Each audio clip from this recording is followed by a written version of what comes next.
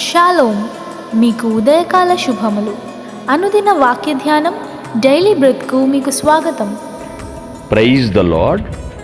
ఈ దినము కొరకు సిద్ధపరచబడిన దేవుని వాక్యము జెఫన్యా గ్రంథము 3వ అధ్యాయము 17వ వచనం. నీ దేవుడైన యెహోవా నీ మధ్య ఉన్నాడు. ఆయన శక్తిమంతుడు, ఆయన మిమ్మును రక్షించును. ఆయన బహు ఆనందముతో నీ యందు సంతోషించును.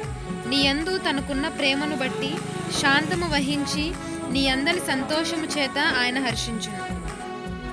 ప్రభునందు ప్రియులారా, ముందుగా మీకు హృదయపూర్వక వందనములు తెలియచేస్తూ ఉన్నాను. జెఫన్యా ప్రవక్త ద్వారా దేవుడు ప్రవచన విషయంలో మనతో మాట్లాడుతున్నాడు. మన విషయంలో దేవునికి ఎంతో ఆనందం, ఎంతో సంతృప్తి. ఆ యొక్క విషయాలను తెలియచేసేదే ఈ వచనం. భవిష్యత్తులో యెరూషలేము దాని యొక్క ప్రజల విషయంలో ఇది నెరవేరుతుంది. ఇప్పుడైతే మన విషయంలో కూడా, ఎందుకంటే మనము క్రీస్తునందున్నాము కాబట్టి మన విషయంలో కూడా ఇది నిజం. ఏమంటున్నాడు? మనల్ని కాపాడుతానని వాగ్దానం చేస్తున్నాడు. ఎస్, మనకు ఆనందాన్ని అనుగ్రహిస్తానంటున్నాడు. ప్రేమ చేత హత్తుకుంటానంటున్నాడు. ఆయన తన చేతుల్లో క్షేమంగా ఉన్నట్లుగా ఆయన చేస్తాడు. ఆనంద ధ్వనులతో మనం దేవుణ్ణి ఆరాధించేటట్లుగా చేస్తాడు. ఆలోచించండి, తల్లి చేతుల్లో కానీ తండ్రి చేతుల్లో కానీ పాపాయి ఉన్నప్పుడు లాలిపాటలు పాడినట్లుగా దేవుడు విమోచన పొందినటువంటి మనకు లాలిపాట పాడగలడు. అక్కడ అంటున్నాడు, నేను నీ మధ్య ఉన్నాను, ఎందుకు దిగులు పడతారు? నేను శక్తిమంతుడును, నీకు శక్తినిస్తాను, నిన్ను రక్షిస్తాను, ఎందుకు దిగులు పడవద్దు. మనల్ని బట్టి దేవుడు ఎంతగానో ఆనందిస్తున్నాడు. ప్రియులారా, ఆలోచించండి. రక్షించు దేవుడు మనకుండగా, సంతోషమిచ్చే సార్వభౌముడు మనకుండగా, ఆనందింపచేసేటువంటి మనకు చింత ఎలా?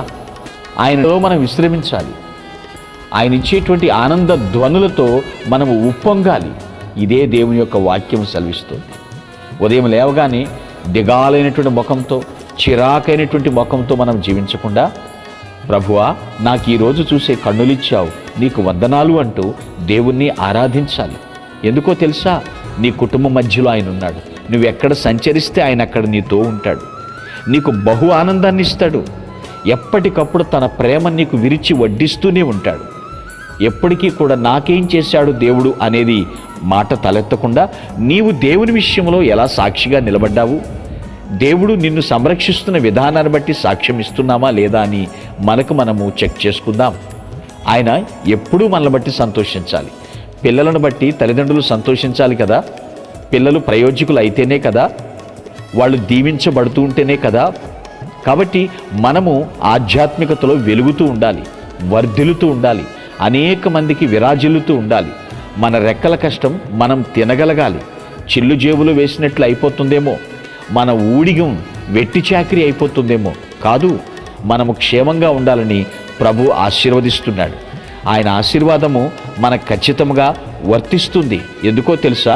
ఆయన యందు మనం ఉన్నాము. ప్రభువు నందున్నటువంటి ప్రజలకు ఎప్పుడు కూడా పరమానందమే.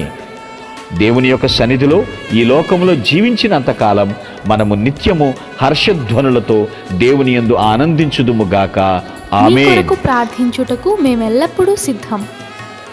Praise the lord. ప్రభు నామమున మీ అందరికీ వందనములు.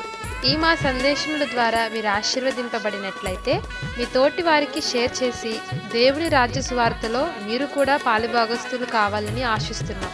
మొదటిసారిగా ఈ ఛానల్ను చూస్తున్నట్లయితే మా ఛానల్ను సబ్స్క్రైబ్ చేయండి. వీడియోలు నోటిఫికేషన్ రూపంలో పొందుటకు బెల్ బటన్ని ప్రెస్ చేయండి. God bless you.